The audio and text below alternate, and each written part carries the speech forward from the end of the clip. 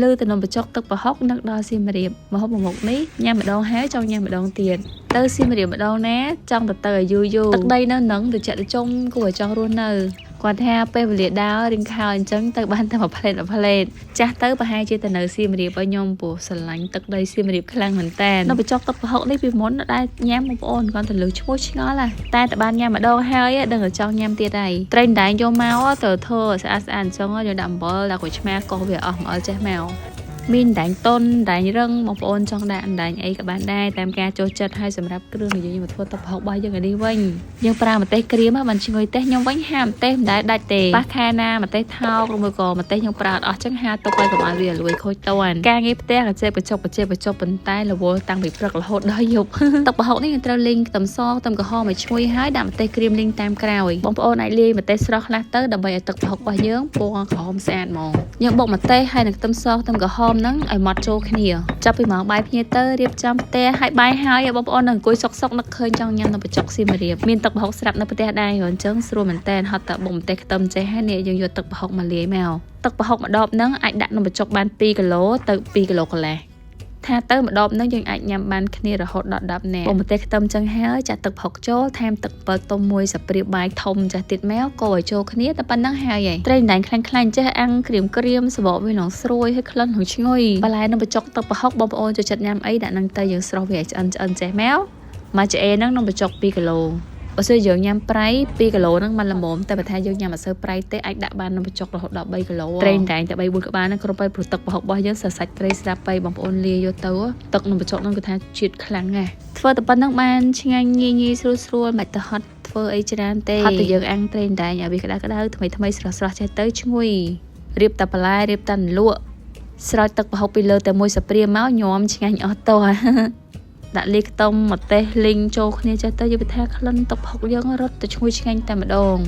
ទឹកប្រហុកហ្នឹងមិនមែនតែថាយកទៅបុកល្ហុងបានទេយើងយកមកធ្វើនំបញ្ចុកទឹកប្រហុកបែបនេះយកទៅធ្វើញោមធ្វើភ្លាយកទៅច្នៃបានច្រើនមុខណាស់ព្រោះប្រហុករបស់យើងណាវាមានគុណភាពប្រហុកត្រីស្រែហើយយើងប្រើស្ករត្នោតខ្មែរទៀតបងប្អូនអើយកូរចូលគ្នាទៅយកទៅថាក្លិនឈ្ងុយខ្លាំងណាស់វាឲ្យជាតិឲ្យក្លិនមកឈ្ងុយឆ្ងាញ់តែម្ដងឈុតនេះឈុតគ្រឿងសមុទ្រក្លុកម្ទេសឆាសម្រាប់បន្ថែមម្ហូបឲ្យហិលចង់បានរបស់ញ៉ាំស្រាប់មានកន្ទុយហេះកាពិផាកាពិឆាបកងប្រូម៉ូសិនពិសេសរបស់យើងនៅតែមានបងប្អូនទិញអស់$30យើងថែមឲ្យមួយហើយ free សេវាដឹកជូនដល់ផ្ទះទៀតចង់បានតែមុខពីមុខក៏មានផ្ញើទៅដែរបងប្អូនឆាតចូល page ណាពីក្មេងឲ្យតែបានប្រហុកខ្ទិះញ៉ាំជ្រូកខ្វៃមិនដូរទេប្រហុកខ្ទិះជាម្ហូបមកពីបាត់ដំបងមិនថាម៉ាក់មិនថាម៉ាពួកគាត់តែងតែធ្វើយកទៅវត្តឬនៅផ្ទះមានបងប្អូនមកលេងបុណ្យទានធំអីដល់ពួកគាត់ជុំគ្នាធ្វើប្រហុកខ្ទិះហូបអីក៏ទៅកាលពីជា20ឆ្នាំមុនណាមិនស្រួលដូចឥឡូវនេះទេហើយរបស់ញ៉ាំក៏អត់សូវមានច្រើនដែរបើនិយាយពីការប្រស្រ័យតាក់ទងអ្នកចិត្តខាងបងប្អូនញាតិមិត្តអីក៏ថាស្និទ្ធស្នាលគ្នាខ្លាំងមែនតែនដល់ខែភ្ជុំចេះផងល្ងាចឡើងដឹងព្រោះគ្នាដាំបាយដាំអីត្រៀមទៅបោះបាយបិណ្ឌណាត្រឡប់ទៅនៅភូមិខ្ញុំដីតនេទុកចោលចឹងបងប្អូនទៅដាក់ដាំនេះដាំនោះទុកបេះហុកខ្លួនឯងជួនណាចាស់គាត់ហូបអត់អស់គាត់យកទៅដល់ផ្សារទៀតទាំងម៉ែទាំងកូនមិនសូវមានតនេទេធ្វើការកញ្ចេះបើម៉ាក់វិញហាមឈ្នះចាស់ហើយថាមិនចង់គាត់ធ្វើការងារច្រើននេះម៉ាក់តែពេលណាមិនចេះតនេចឹងដល់ទីរោរបស់ជំនួយហើយរៀងខ្យល់ខ្វាន់លងនេះប្រើតាំងពីជំនាន់ម៉ែរហូតដល់ម៉ាក់ដៃវាក្រៅច្រើនពេកទៅប្រើវាច្រើនវាឈឺ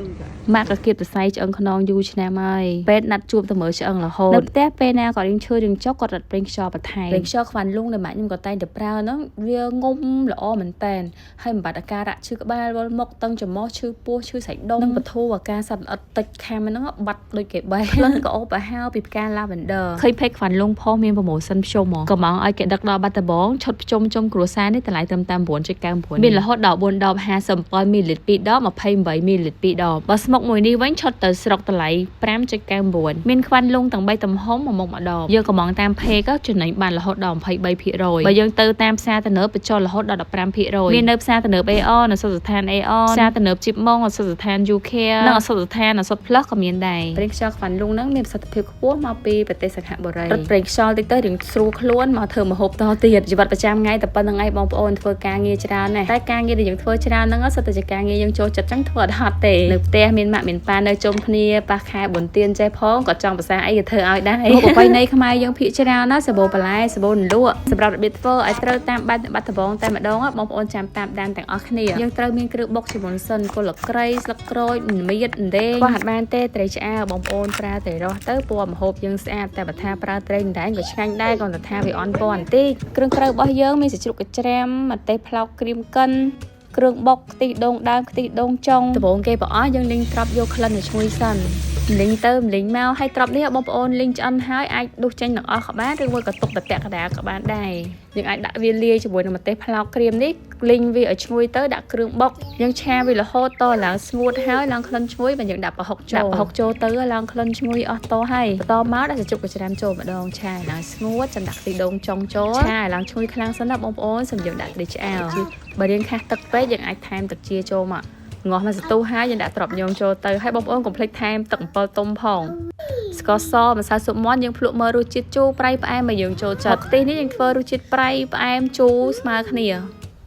យើងប្រើពេលងាស់រៀងយូរបន្តិចបើវាចេញក្លិនខ្ទិះមកជាមួយនឹងប្រហុកជាមួយនឹងគ្រឿងឈ្ងុយខ្លាំងតែម្ដងពណ៌គ្រឿងយើងមើលទៅដូចមាសត្រប់ញងពណ៌នៅខៀវស្អាតហើយឡើងក្លិនឈ្ងុយមើលទៅមួយចានហ្នឹងគឺតំណងគួរឲ្យចង់ញ៉ាំខ្លាំងតែម្ដងអរគុណចា៎បងប្អូនជម្រាបលា